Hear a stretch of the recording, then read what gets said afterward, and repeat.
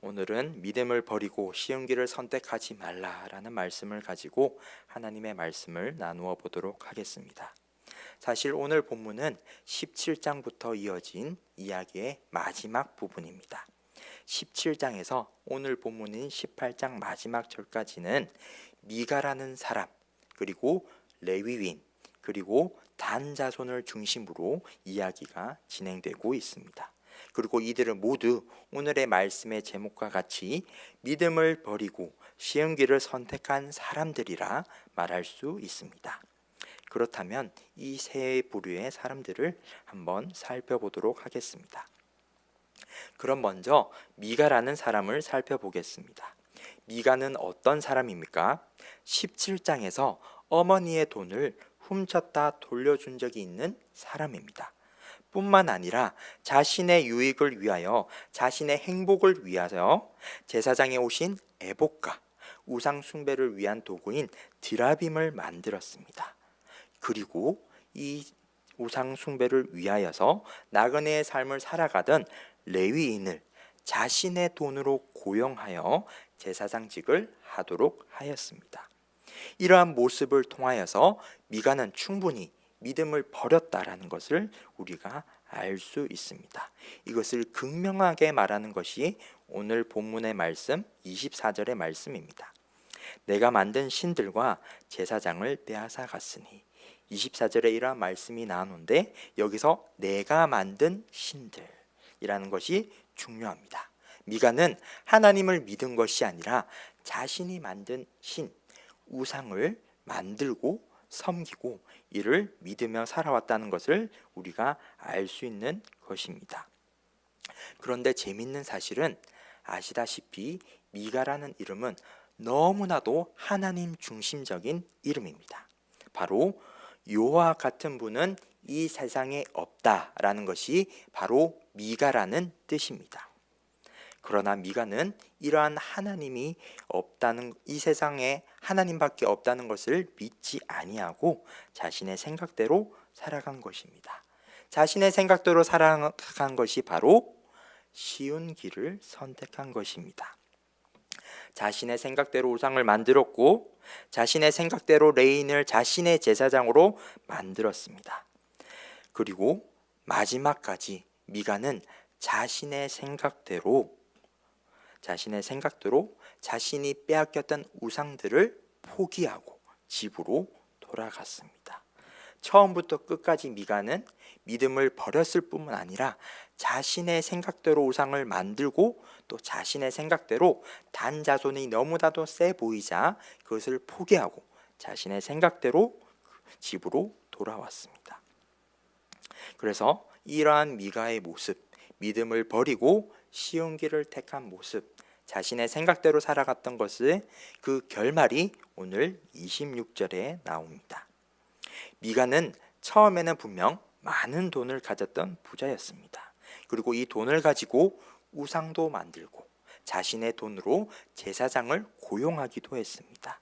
다른 사람이 쉽게 할 수 없는 이러한 일들을 했습니다. 남들이 보기에는 너무나도 잘 사는 것처럼 보였습니다. 하지만 믿음을 버리고 쉬운 길을 택한 미가에게 남은 마지막 부분은 무엇입니까? 아무것도 남은 것이 없습니다.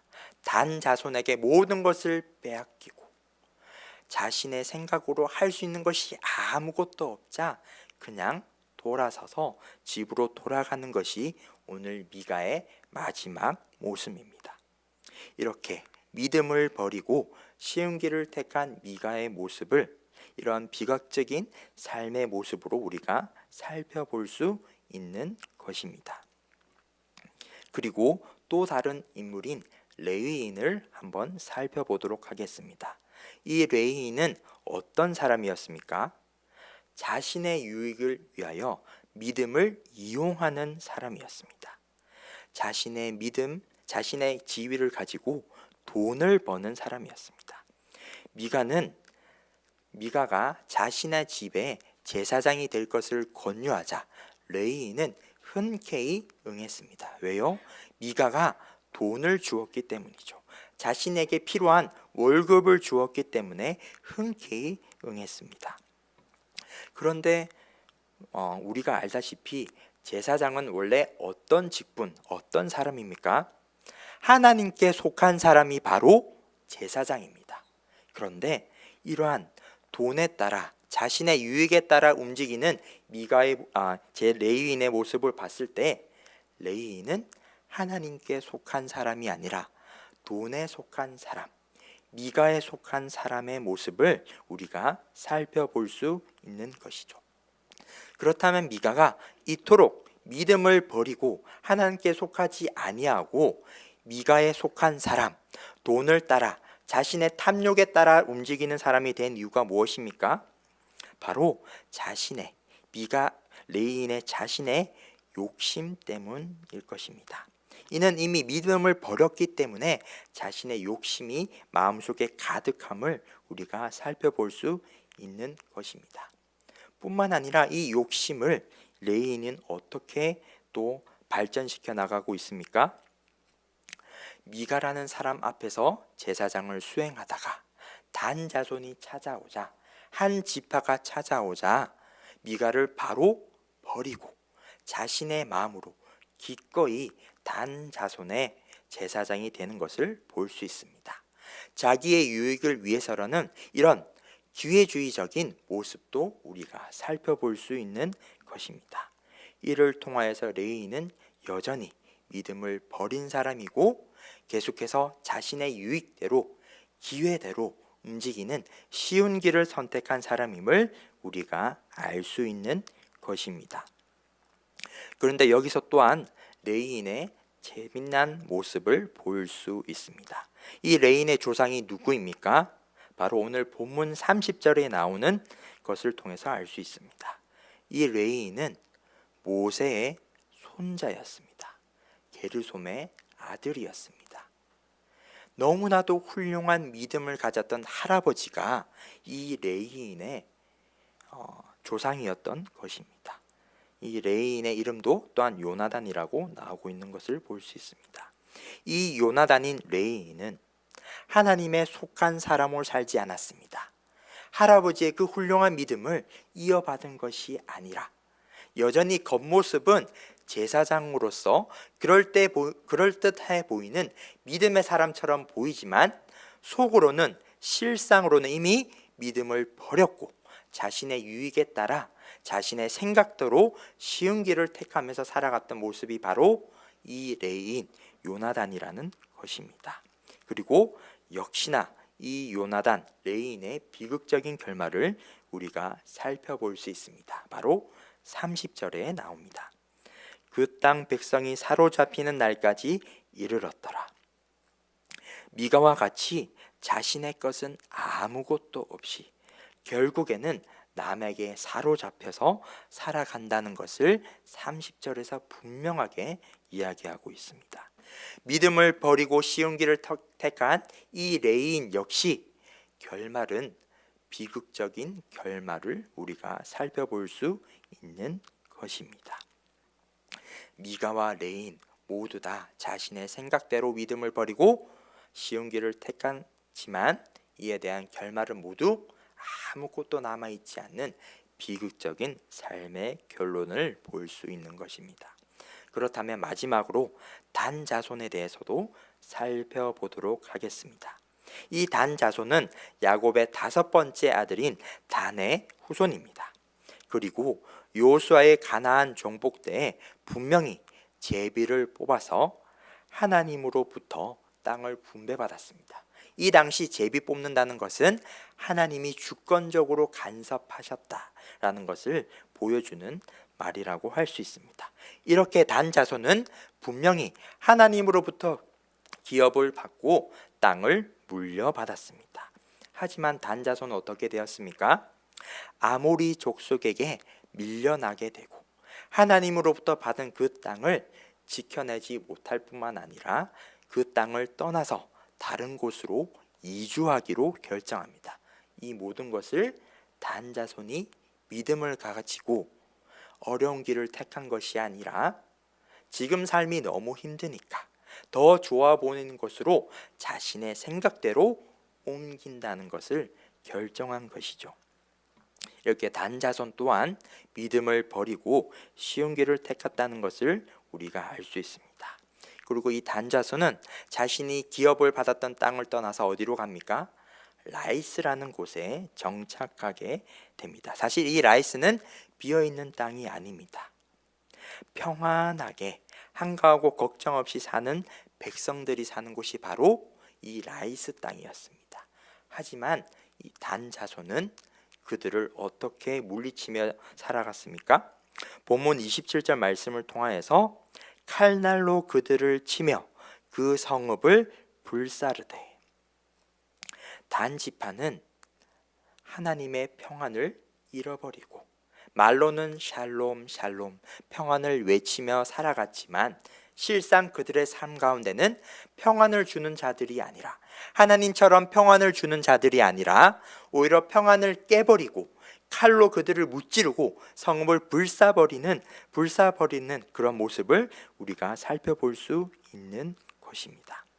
이렇게 믿음을 버렸기 때문에 평화의 하나님을 버리고 자신들 스스로 그 평화를 깨버리면서 하나님 앞에 죄를 범하고 있는 것을 볼 수 있습니다. 그리고 이 단자손의 죄악은 여기서 그치지 않죠. 이 라이스 백성들을 정복하기 전에 미가의 집에 찾아가서 미가가 가지고 있는 모든 것을 도둑질하고 강탈해 버립니다. 이미 도둑질을 했기 때문에 라이스를 칼로 피로 정복하는 것은 아무것도 아니었던 것이죠. 믿음을 버렸을 때 하나님으로부터 점점 멀어져 가는 이러한 단자손의 모습을 우리가 살펴볼 수 있습니다. 그런데 여기서 끝이 아닙니다. 31절에 보시면 하나님의 집 성막이 실로에 있을 때 단 자손은 미가가 만든 우상을 자신들이 사는 단 지역에 놓고 숭배했다는 것을 우리가 알 수 있습니다. 하나님 앞에서 믿음을 저버리고 쉬운 길을 택한 것뿐만 아니라 자신들이 사는 땅에 우상을 놓아놓고 그 우상을 숭배하고 믿었다는 것이죠. 사실 이곳에 실로라는 하나님의 집 성막이 분명히 존재했었습니다. 하지만 그들의 땅으로부터 거리가 멀리 떨어지자 쉬운 길을 택한 것이죠. 쉽게 신을 섬길 수 있기 위하여 자신들의 땅에 우상을 놓고 숭배한 것입니다. 그리고 이러한 단 자손의 모습은 역시나 미가와 레이인과 같이 비극적인 결말로 끝나는 것을 알 수 있습니다. 30절에 똑같이 레이인이 다른 사람에게 사로잡힌 것 같이 이 단 자손도 자신들의 것은 아무것도 남지 아니하고 사로잡혀서 살아갔다라는 것을 우리가 알 수 있는 것입니다. 이렇게 세 가지 분류의 사람들을 살펴보았습니다. 요와 같은 분은 어디에 있느냐? 다시 말해서 하나님만 믿어야 한다는 뜻을 가진 미가는 자신의 행복을 위해서 믿음을 버렸고 쉬운 길을 선택했습니다. 모세의 손자로서 요나단의 이름을 가진 레이는 어떻습니까? 믿음을 버리고 자신의 탐욕이라는 쉬운 길을 선택했습니다.